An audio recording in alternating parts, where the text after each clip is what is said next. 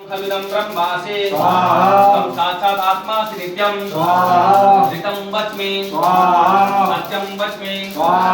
अवत्वं मां स्वाहा अवक्तारं स्वाहा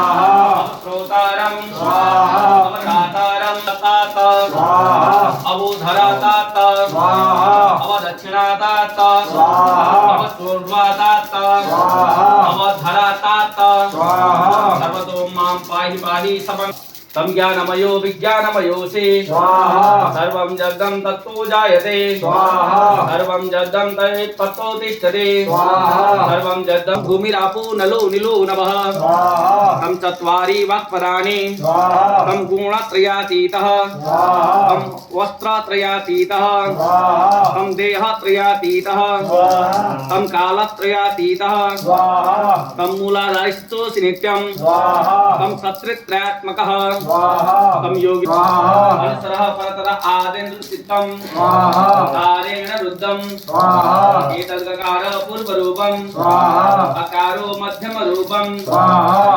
अनुस्वरानान्तरूपं स्वाहा बिन्दुरुत्तररूपं स्वाहा नादः सन्धानं स्वाहा संहिता सन्धिः स्वाहा तैसा गणेश विद्या स्वाहा गणकरिषिः स्वाहा निश्चित गायत्री छन्दः स्वाहा ओम गं गणपतये नमः स्वाहा।